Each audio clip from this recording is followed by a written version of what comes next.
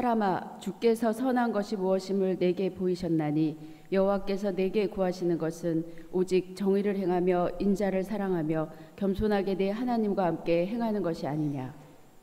사랑이 많으신 하나님, 춥고 움츠렸던 겨울을 지나가게 하시고 희망이 넘치는 3월을 시작하게 하시니 감사합니다.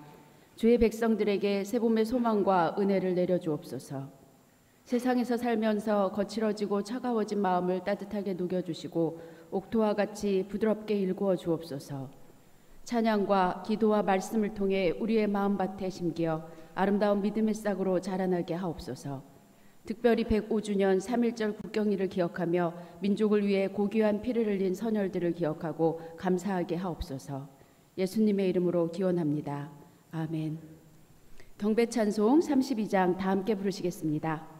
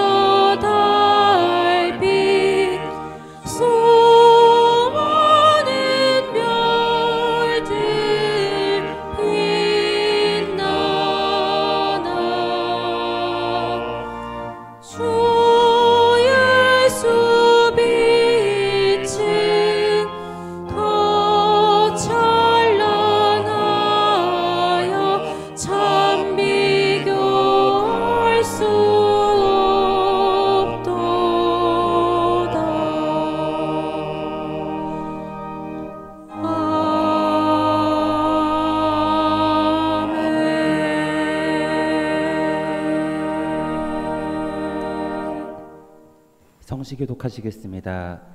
온 땅은 여호와를 두려워하며 세상의 모든 거민들은 그를 경외할지어다.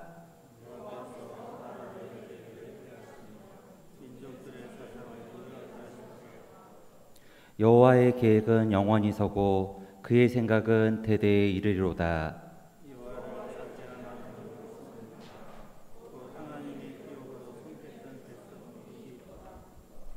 여호와는 그를 경외하는 자 곧 그의 인자하심을 바라는 자를 살피사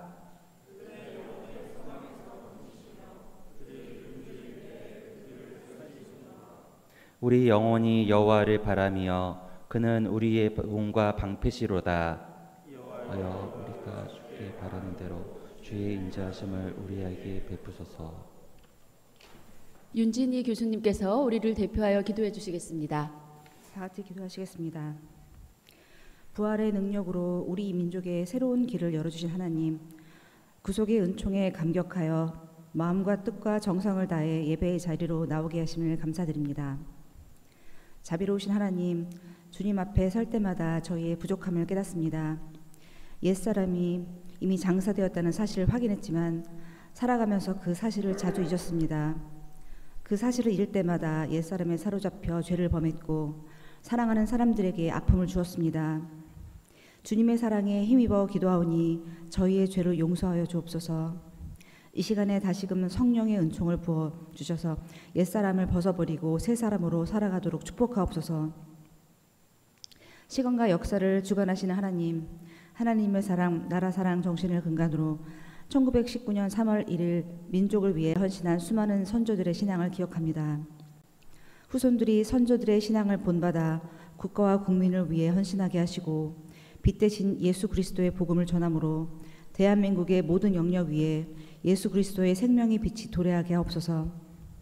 대통령과 위정자들이 사랑과 희생의 기독교 정신에 입각하여 국정을 운영하게 하시고 4.10 총선에 사욕이 아닌 공익을 우선시하는 이들이 선출되어 대한민국이 세계의 정세를 주도할 기지로 비상하게 하옵소서. 84년 전에 세우신 대양재단의 교육기관과 사업체를 능력의 말씀으로 붙드시는 하나님의 은총에 감사드립니다. 새 학기를 시작하는 각 교육기관을 축복하사 세속도시 바벨론 속에서 다니엘과 같이 지혜와 총명이 가득한 인물이 탄생한 것과 같이 어두운 시대에 사회의 영역 위에 하나님의 등불의 역할을 담당하는 인재들이 배출되게 하옵소서. 사업체들은 두릅하고 걸음을 주는 충성과 헌신의 자세 토대 위에 반성하고 또 반성하는 공동체로 성장하게 하소서. 이 시간 설교하시는 이태하 교목실장님을 위해 기도합니다. 교목실장님께 성령의 충만함과 하늘의 지혜를 더하사 우리 영혼의 변혁과 회심의 역사가 임하게 하옵소서. 예배를 돕는 손길들을 기억하사 수고가 헛되지 않게 해주시고 영혼이 잘됨 같이 범사에 잘되는 은총을 허락하옵소서. 기도로 준비하여 찬양하는 하늘연 성가들을 위해 기도합니다. 저들의 찬송이 입술의 찬송이 아닌 삶의 찬송이 되게 하시고 찬송 중에 거하시는 주님의 현존을 맛보게 하옵소서. 오직 주님께만 영광과 존귀와 찬송과 감사를 돌리오며 예수님의 이름으로 기도합니다. 아멘. 성경 봉독해 주시겠습니다. 오늘 하나님이 주신 말씀은 시편 1장 1절에서 6절, 전도서 12장 13절입니다. 복 있는 사람은 악인들의 꾀를 따르지 아니하며 죄인들의 길에 서지 아니하며 오만한 자들의 자리에 앉지 아니하고 오직 여호와의 율법을 즐거워하여 그의 율법을 주야로 묵상하는도다. 그는 시냇가에 심은 나무가 철을 따라 열매를 맺으며 그 잎사귀가 마르지 아니함 같으니 그가 하는 모든 일들이 다 형통하리로다. 악인들은 그렇지 아니하며 오직 바람에 나는 겨와 같도다.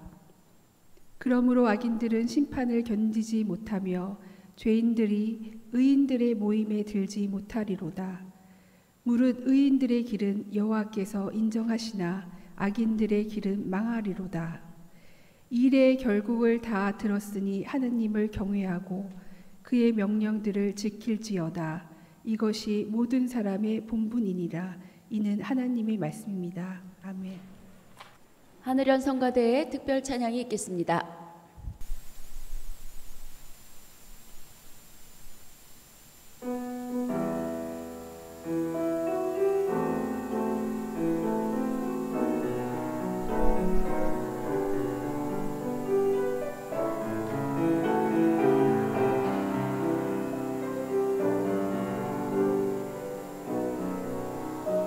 자유와 평안의 함성 솟구치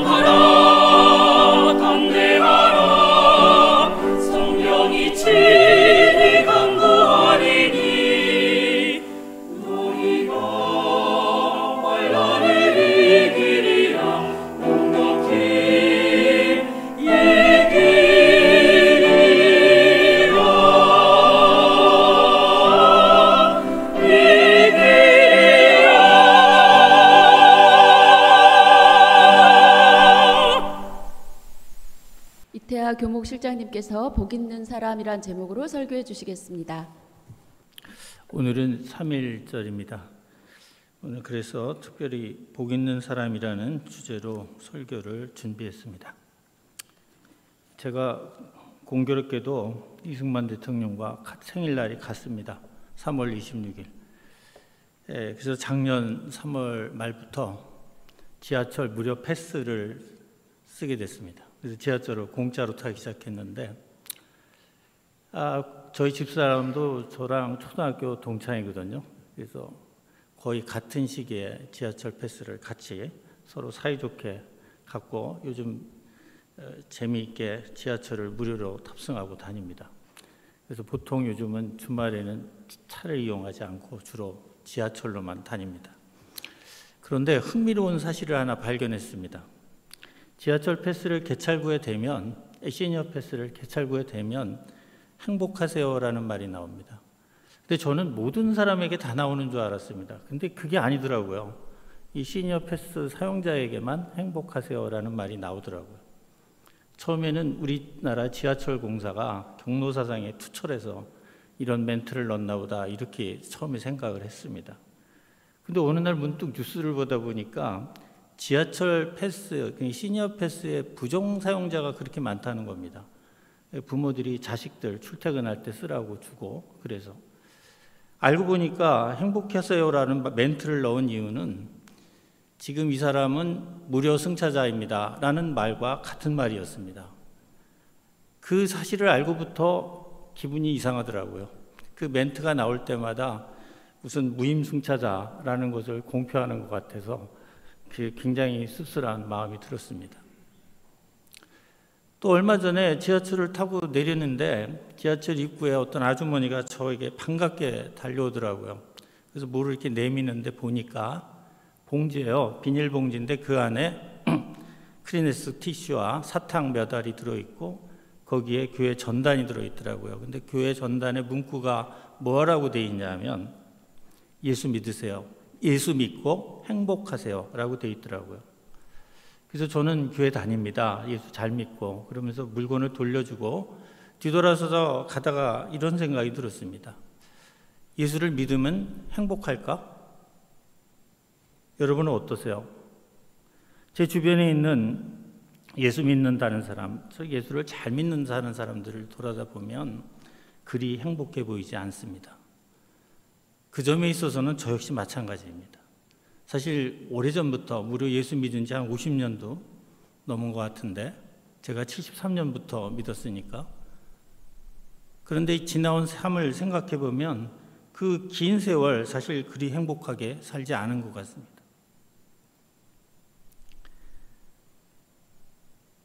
그런데 그중에 그렇게 주변을 돌아보면 그 사람 사는 삶의 형편이나 여러 가지를 볼 때 정말 힘든 사람인데 자신이 행복하다고 말하는 사람이 있습니다.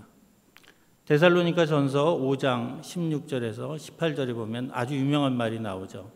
항상 기뻐하라, 쉬지 말고 기도하라, 범사에 감사하라. 이 말씀대로 자신은 늘 기쁘고 범사에 감사하며 산다고 교회 가면 만날 때마다 방실방실 웃는 그런 분들이 있어요. 근데 그런 분들을 볼 때 저는 무슨 생각이 들었냐면 부럽다는 생각보다는 안쓰럽다는 생각이 들었습니다. 왜 그런 거 아니? 그런 얘기를 들을 때마다 저 사람이 정신승리하고 있구나 하는 생각이 들었기 때문입니다. 저는 그렇게 말하는 사람들 중에 많은 분들이 어느 순간 한순간에 무너져 내리는 것을 많이 보았기 때문에 그렇습니다.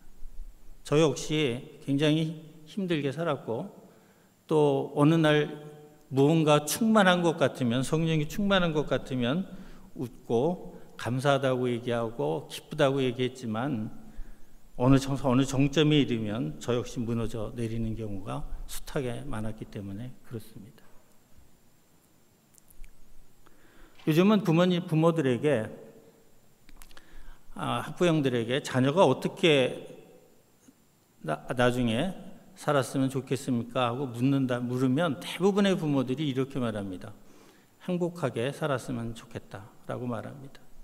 여러분들 부모님들도 그렇죠? 우리 학생들 행복하게 사는 것이 인생의 궁극 목적인 양 우리 자녀들이 행복하게 살았으면 좋겠다고들 말합니다. 도대체 행복이 뭐길래 그렇게 모든 사람들이 행복하는지 모르겠습니다. 어떤 심리학자가 행복을 정의하길 이렇게 정의하더군요. 우리가 바라는 것 또는 욕망하는 것을 이루었을 때 느끼게 되는 심리적 즐거움, 마음의 즐거움 또는 내적인 번뇌나 갈등이 없는 마음의 평온함, 이것을 행복이라고 말한다는 거예요. 다시 얘기하면 심리적인 즐거움이나 심리적 평안함, 즉 행복감을 우리가 행복이라고 하는 거죠. 그런데 이러한 행복감은 사실은 지속력이 별로 없습니다.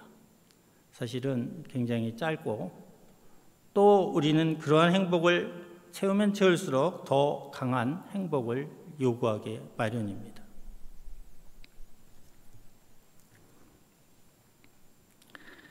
그런데 성경에서는 그렇기 때문에 이런 행복을 언급하고 있지 않습니다. 성경이 말하는 행복은 우리가 세속적인 의미로 말하는 그런 행복과는 매우 거리가 멉니다. 성경에서는 보통 영어로 해피니스라고 하는 이 해피니스에 대해서 언급하지 않고 주로 영어 단어로 블리스, 즉 복되다는 말을 사용합니다. 성경에서 복되다는 말을 사용할 때 이 복되다는 의미는 히브리어 아샤르라는 말을 번역한 건데 아샤르라는 말의 의미는 고든 길을 가다, 바른 길을 가다라는 의미입니다. 오늘 저희가 여러분들이 우리가 같이 읽은 성경 전도서 12장 13절에 보면 하나님을 경외하고 하나님의 말씀을 준행하는 것이 인간의 본분이라고 말씀하고 있습니다. 인간의 본분이란 그렇게 사는 것이 바른 삶, 올바른 삶이라는 이야기입니다. 고로 우리가 하나님을 경외하고 하나님의 말씀을 따라 사는 것이 복되다는 그런 말입니다. 이렇게 복되다는 의미를 성경에서 말하는 행복의 의미를 이런 의미로 해석한다면 분명한 것은 우리가 말하는 세속적 행복과 성경에서 말하는 행복은 상당히 거리가 있음을 알게 됩니다. 사실 그렇죠. 예수를 누구보다 잘 믿었다고 우리가 모든 사람이 동의하는 예수님의 12 사도들, 또 사도 바울, 초대교회의 그 많은 순교자들은 고통 속에 죽었습니다. 그들은 세속적인 행복을 누릴 여지가 없었습니다. 그럼에도 불구하고 성경은 그들을 복된 사람이라고 말하고 있습니다. 왜 그럴까요? 우리 이 자리에 성가대 우리 학생들도 있지만 학생의 본분은 뭡니까? 열심히 공부하는 거죠. 근데 말처럼 그게 쉽지가 않아요. 공부가. 누구는 종종 이상한 학생은 공부가 재밌다고 얘기해요. 그러나 저 역시 학생 시절을 지냈지만 공부가 그렇게 재밌지는 않아요. 사실 고단하고 힘들죠. 그런데 우리가 밤늦게 도서관에서 열심히 공부하고 거의 자정 무렵에 도서관을 나갈 때 그 찬바람을 맞으며 나갈 때 뭔가 알 수 없는 그 뿌듯함, 바로 그것을 성경에서는 복되다고 말하는 겁니다. 또 우리 부모님들, 특히 저 세대, 제 세대의 부모님들은 정말 거의 일평생을 고생하며 사신 분들입니다. 일제강점기 시절을 사셨고, 우리 아버님은 1913년생이셨는데 일제강점기 시절을 사셨고 6.25를 경험하셨고 6.25를 끝난 이후에 그 전쟁의 폐허 속에서 자녀들을 기르셨습니다. 본인이 먹을 거 안 먹고 입을 것 안 입고 그러면서 자녀들에겐 교육에 올인을 하셨습니다. 그분들에게 세속적인 행복이 있었을까요? 제가 볼 땐 없었습니다. 그러나 그분들이 그렇다고 불행하다고 말할 수 있을까요? 저는 그렇게 생각하지 않습니다. 저희 아버님만 보아도 정말 평생을 힘들게 사셨고 누가 보아도 불행한 인생이었습니다. 그러나 아버님이 제가 대학을 들어갔을 때 얼마나 기뻐하셨는지 모릅니다.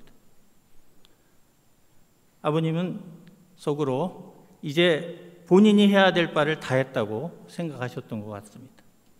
대학을 보냈다는 것만으로도 당시 제가 대학 다닐 때만 해도 고등학교 졸업자의 20%도 안 되는 학생들이 대학을 갔기 때문에, 특히 저와 같이 상업고등학교 출신이 대학을 갔다는 것은 거의 기적과도 같은 일이었거든요. 아버지는 자신의 인생을 돌아보면서 그래도 자식 하나 대학을 보낸 것을 큰 보람으로 여기셨고 그 뿌듯함으로 돌아가셨어요. 우리가 인간으로서 인간의 도리를 다할 때 우리가 느끼게 되는 그 뿌듯함, 그 보람, 인생에 대한 만족감, 이런 것이 바로 성경에서 복되다고 말하는 이유입니다. 요즘 건국전쟁이라는 영화가 큰 화제를 몰고 있습니다. 며칠 전에 보니까 100만을 돌파했더라고요. 저는 이 영화가 나온 지 얼마 안 돼서 집사람과 둘이서 영화를 보러 갔습니다. 영화를 보는데 옆에 앉은 집사람을 보니까 울더라고요. 나중에 끝나고 다큐멘터리를 보면서 처음 울었다고 그렇게 말을 하더라고요. 근데 사실 저 역시도 울었습니다. 굉장히 감동적이었어요. 이 영화를 만든 김도영 감독은 사실 제 서강대학교 철학과 후배더라고요. 알고 보니까. 근데 저는 꽤 차이가 있어서 얼굴은 잘 모르지만 이렇게 철학과에서 훌륭한 후배를 배출했다는 것이 뿌듯하더라고요. 이승만 대통령에 대한 이 영화의 그 흥행과 더불어 이승만 대통령에 대한 재평가가 우리 사회에서 지금 활발하게 이루어지고 있습니다. 이승만 대통령은 1875년에 태어났는데 몰락한 전주 이시의 한 가문에서 태어나서 가문을 일으키고자 워낙 똑똑했기 때문에 과거에 도전을 했습니다. 과거 시험에. 근데 여러 번 떨어졌습니다. 제가 찾아보니까 무려 10번을 낙방했다고 기록되어 있더라고요. 안 되니까 결국은 배제학당에 입학을 했습니다. 1895년에 만 20살의 나이. 그래서 신식학문을 전하고 선교사들로부터 기독교에 대한 전도를 받게 돼요. 그래서 기독교에 입문하게 됩니다. 근데 나중에 영모 사건에 연루되어 서대문 형무소에 감금되어 있을 때 제수의 신세로 지낼 때 감옥 안에서 독실한 크리스찬으로 온 어게인 하게 됩니다. 그리고 감옥에 있는 많은 사람들을 전도했습니다. 우리는 이승만 대통령을 독립운동가로 알고 있습니다. 그러나 우리가 신앙의 눈으로 볼 때 이승만 대통령은 참 독실한 크리스찬이었습니다. 이번 영화를 볼 때 아주 제가 굉장히 감명 깊게 본 대목이 있습니다. 바로 그게 뭐냐면 이승만 대통령이 대통령직에서 내려와 하와이에서 망명 생활을 할 때 장개석 총통이 이승만 대통령에게 위로의 편지를 보냈습니다. 여기에 대한 이승만 대통령의 답장이 이렇게 되어 있습니다. 내가 왜 위로를 받아야 합니까? 불의를 보고서 방관하지 않고 일어선 100만 명이나 되는 학생과 국민이 있으니 나는 행복합니다. 이 당시 이승만 대통령은 누가 보아도 불행한 사람이었습니다. 그런데 이승만 대통령은 본인이 행복하다고 고백하고 있습니다. 바로 이러한 고백은 그가 기독교인으로서 하나님의 자녀로서 그의 일생에 대한 자신의 보람, 자신의 인생에 대한 만족감을 표출하고 있는 것으로 보여집니다. 성경은 바로 이러한 이승만 대통령과 같은 그러한 독실한 크리스찬을 복된 사람이라고 말하고 있습니다. 오늘 읽은 시편의 1장 1절에서부터 6절의 말씀을 제가 묵묵히 묵상하다 보니까 이것이야말로 이승만 대통령을 두고 한 말씀이 아닌가 하는 생각이 들었습니다. 마태복음 6장 22절의 말씀, 지난 시간에도 제가 거의 이 말씀을 근 3번의 연속 설교 때 언급하고 있습니다. 먼저 그의 나라와 의를 구하라. 그리하면 모든 것을 더하시리라 라는 말씀이 있습니다. 이승만 대통령은 이 말씀을 믿고 그의 일생을 통해 이 말씀대로 실천한 사람입니다. 그는 모든 사람은 하나님의 자녀로서 평등하며 자유와 생명과 행복을 추구할 권리를 갖는다는 자유민주주의의 기본 원리, 이것은 곧 기독교의 정신이기도 합니다. 이 정신을 이 땅에서 구현하기 위해서 일생을 바친 분입니다. 그에게 있어서 신앙의 실천이 바로 곧 독립운동이었던 겁니다.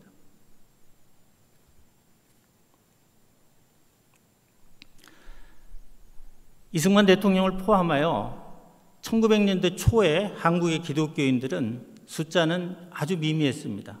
3.1운동이 일어나던 당시 독립선언서에 서명을 한 33인 중에 16분이 기독교인이었고 당시 대략 25만 명 정도의 기독교인이 있었습니다. 인구 대비 약 1.6%라고 합니다. 그 1.6%의 기독교인들이 3.1운동을 주도했던 것입니다. 당시 기독교인들은 어떤 생각을 갖고 있었냐면 천주교와 달리 하나님의 나라란 죽어서 가는 천당이 아니라고 생각했습니다. 그들이 생각한 하나님의 나라는 기독교 정신이 구현된 자유민주주의 국가가 하나님의 나라라고 생각했던 것입니다. 그래서 그들의 목표는 이 땅의 자유민주주의 국가, 하나님의 통치가 이루어지는 그런 국가를 세우는 것이 우리 기독교인들의 의무다라고 생각을 했던 것입니다. 바로 이러한 맥락에서 3.1운동이 일어났던 것입니다. 그 소수의 기독교인들이 주가 돼서 3.1운동이 일어났고 가장 많이 일제로부터 탄압을 받은 것 역시 기독교인들이었습니다. 일제에 의해서 보고된 것에 의하면 죽은 자와 부상당한 자가 600명이라고 보고되고 있지만 상해 임정의 보고에 따르면 무려 6,500명이 사상자가 났고 무수한 교회가 파괴되고 불타 없어졌습니다. 하나님께서 마태복음 6장 22절을 통해 너희가 먼저 그의 나라와 의를 구하면 모든 것을 더하시리라는 약속을 하셨습니다. 25만 명의 기독교인이 3.1운동을 통해 바위에 계란 던지기식에 일제에 항거했습니다. 결과는 제가 말씀드린 것처럼 6,500명이나 되는 사람들이 핍박을 받아서 죽거나 다쳤고 또 그 외에도 많은 인사들이 감옥에 투옥되어 고문을 받았습니다. 어떻게 보면 실패한 거사처럼 보입니다. 그러나 놀랍게도 이 3.1운동은 약 50일 후인 1919년 4월 16일 미국의 독립선언이 선포된 필라델피아에서 한인 자유대회로 꽃을 피우게 됩니다. 한인 자유대회에서 이승만과 서재필이 주도한 이 한인 자유대회에서 일제의 만행을 고발했고 한국의 임시정부가 상해에 수립됐음을 만방에 알리게 되었습니다. 이 덕택에 미국 내 많은 사람들이 한국 친회라는 단체를 조직하여 한국 독립을 돕게 됩니다. 그리고 이 한국 친회에는 1941년 대동아전쟁이 일어나고 미국이 전쟁에 참여했을 때 대로비 단체인 한미협회로 발전하게 됩니다. 이 한미협회는 미국의 최상류층 인사들로 구성되어 있었습니다. 상하원 위원들, 변호사, 대학 교수, 대학 총장, 그 다음에 지도적인 목사님들, 이런 분들이 이사가 돼서 활동을 했고, 이들의 덕분에 대한민국은 건국을 할 수 있었고, 이들의 덕분에 6.25 남침이 있을 때 북한의 침략을 막아낼 수 있었던 것입니다. 우리 대한민국은 한마디로 하나님이 세우신 나라입니다. 이스라엘 백성이 애굽에서 신음할 때 이스라엘 백성의 신음을 들으시고 하나님께서 모세를 보내셔 그들을 애굽 땅에서 구해내셨듯이 3.1운동을 통해 들리는 우리 민족의 신음소리를 하나님께서 들으시고 이승만을 미국에 보내셔 독립을 준비하게 하셨던 것입니다. 하나님께서 모세에게 아론을 붙여주셨듯이 이승만에게도 수많은 조력자를 붙여주셨습니다. 몇 명만 제가 말씀드린다면 미국의 28대 대통령이었던 우드로 윌슨 대통령, 덜레스 국무장관, 메가더 장군, 필리핀의 유엔 대표부 대사이자 1950년도 당시 유엔 총회의 의장이었던 로물로와 같은 매우 친한 친구들을 곁에 두게 하셨습니다. 우드로 윌슨 대통령은 이승만 대통령이 프린스턴 대학에서 박사학위를 받을 때 박사학위를 준 대학 총장이었습니다. 그분이 28대 미국의 대통령이 돼서 2013년에서 21년까지 대통령으로 재임을 하면서 이승만 대통령이 미국에서 구미위원회 활동을 할 때 음으로 양으로 많은 전폭적인 지원을 했습니다. 6.25 그럼으로써 우리 대한민국의 건국이 가능했던 것입니다. 또 하나 6.25가 전쟁이 발발하자 트루만 대통령 당시 국무장관이었던 덜레스는 조지 워싱턴 대와 프린스턴 대학의 이승만과 동창이었습니다. 이분은 미군의 한국 파병을 트루만 대통령에게 건의했고 또 그 유명한 메가더 장군 프란체스코 여사의 회고록에 보면 메가더 장군을 이승만 대통령이 알게 된 것은 메가더 장군의 소령 시절이었다고 합니다. 당시 한국 친회 멤버였던 한 분이 자신의 사위라고 메가더 장군을 소개했고 그때부터 이승만 대통령과 메가더 장군은 아주 막역한 사이로 지냈고 또 아까 얘기한 유엔 총회 의장이었던 로물로, 필리핀 대사였던 로물로는 당시 메가더 장군의 부관이었습니다. 워싱턴 시절 1941년에서 42년 동안 워싱턴에 거주하셨는데 이승만 대통령이 당시 이웃에 로물로가 살고 있었습니다. 따라서 6.25 전쟁이 발발했을 때 6월 26일 날 저녁에 메가더 장군에게 도움을 요청하자 메가더 장군은 즉시 일본에 주둔하고 있던 미8군에게 한국 파병의 준비를 지시했고 4일 후에는 비행기를 타고 직접 날라와서 한국 전선을 시찰하고 여러분 잘 아는 인천 상륙작전을 주도함으로써 전세를 역전시켰습니다. 결국 우리가 공산화되는 것을 막은 장본인이 바로 메가더였습니다. 로물로는 1950년 당시 유엔 대표부의 총회 의장으로서 한국에 대한 군사원조 권고안을 이끌어내는 주역이었습니다. 이렇듯 많은 미국의 인맥을 하나님께서 만들어 주셨습니다. 흡사 모세에게 아론을 붙여주시듯 그렇게 이승만 대통령에게 많은 사람들을 붙여주심으로 한국의 독립을 이끌어 주셨습니다.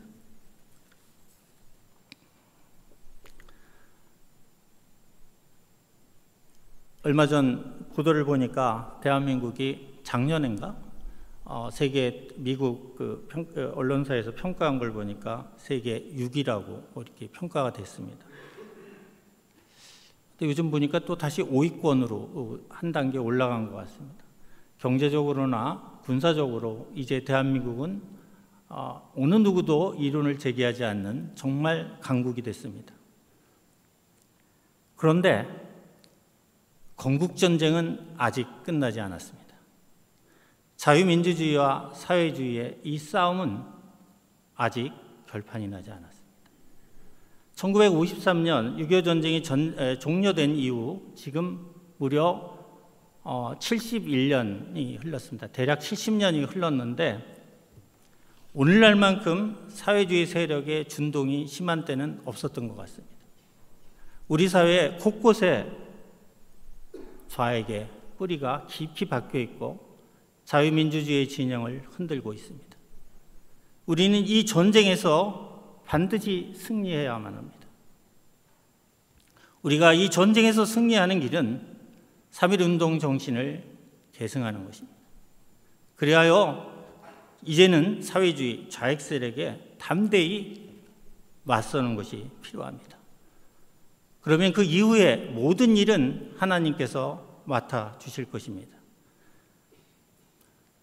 여러분, 여호수아서에 보면 여리고성이 어떻게 붕괴됐습니까? 하나님께서 여리고성을 7일 동안 매일 한 바퀴씩 돌라고 얘기했습니다.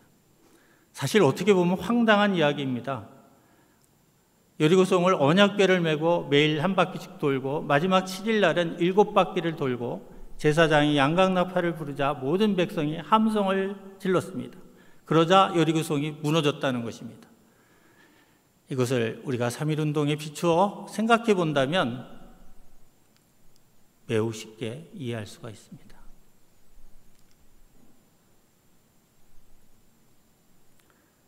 (3.1운동은) 그 자체로 실패한 것이고 무모한 한 것처럼 보이지만 그 한 거는 결국 일제를 무너뜨렸고 우리 일제여갑에서 대한민국을 독립시켰습니다.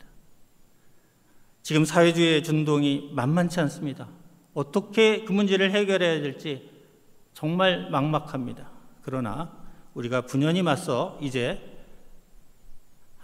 먼저 하나님의 나라와 의를 구하는 자세로 분연히 맞선다면 나머지 모든 일은 하나님께서 직접 해결해 주실 것입니다. 우리가 이런 믿음을 가져야 됩니다. 그렇기 때문에 우리 예지원교회 교우들 늘 날마다 이 문제를 놓고 열심히 기도하시기 바랍니다.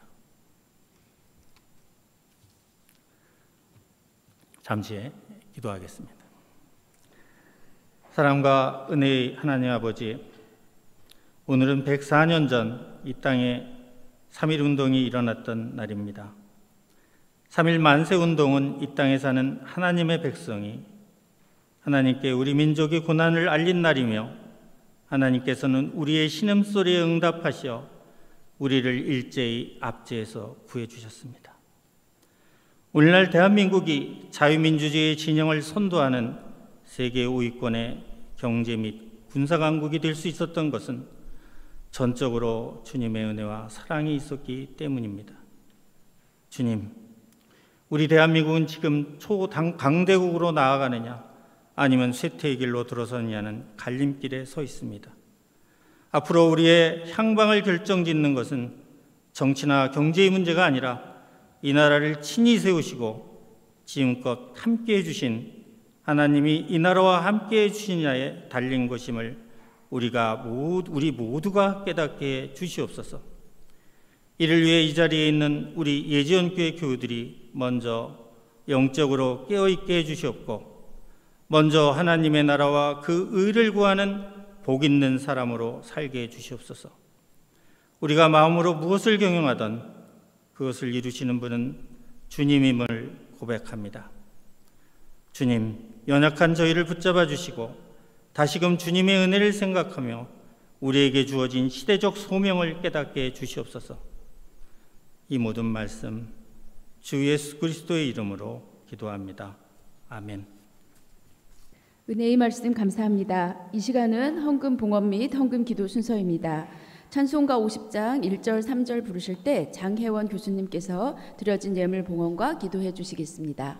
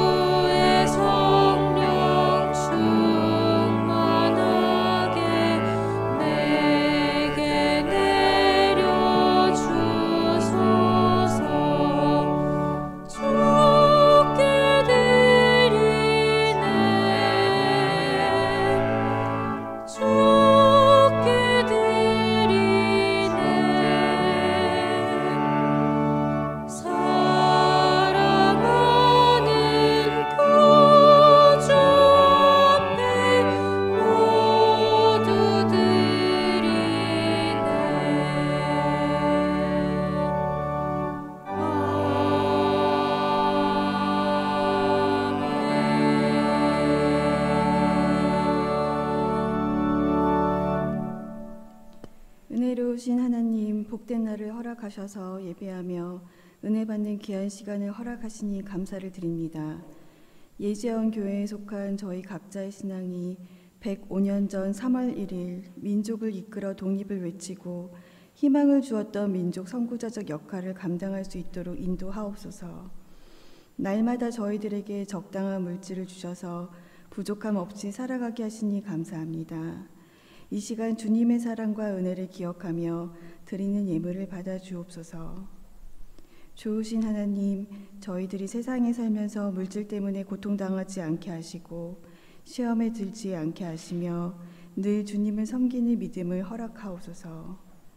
저희의 물질이 나 자신의 욕망과 배를 채우는 데만 쓰이지 않고 그리스도의 영광을 드러내는 데 사용되게 하옵소서.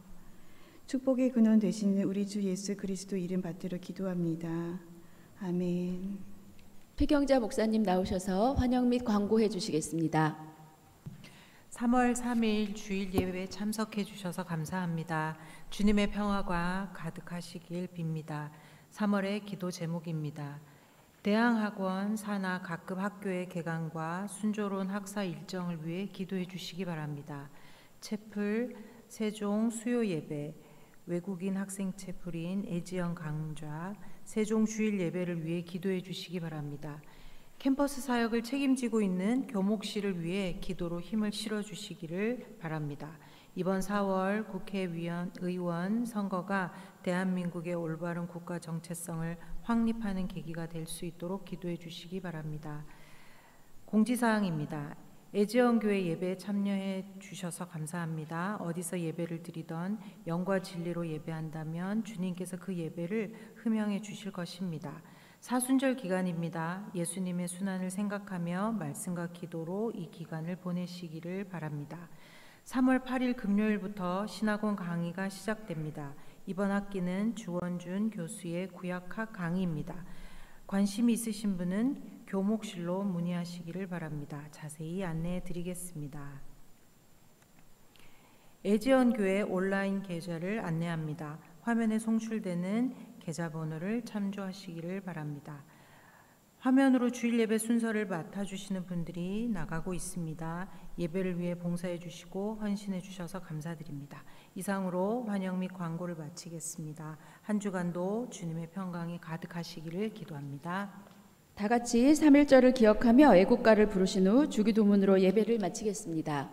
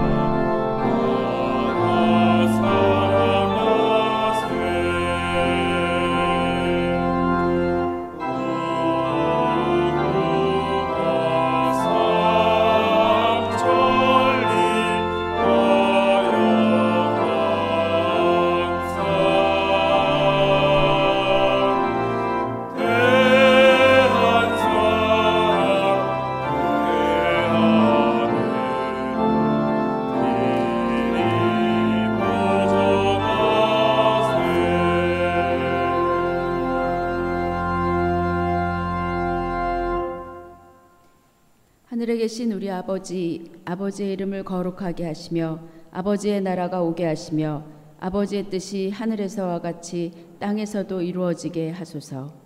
오늘 우리에게 일용할 양식을 주시고 우리가 우리에게 잘못한 사람을 용서하여 준 것 같이 우리 죄를 용서하여 주시고 우리를 시험에 빠지지 않게 악에서 구하소서. 나라와 권능과 영광이 영원히 아버지의 것입니다. 아멘.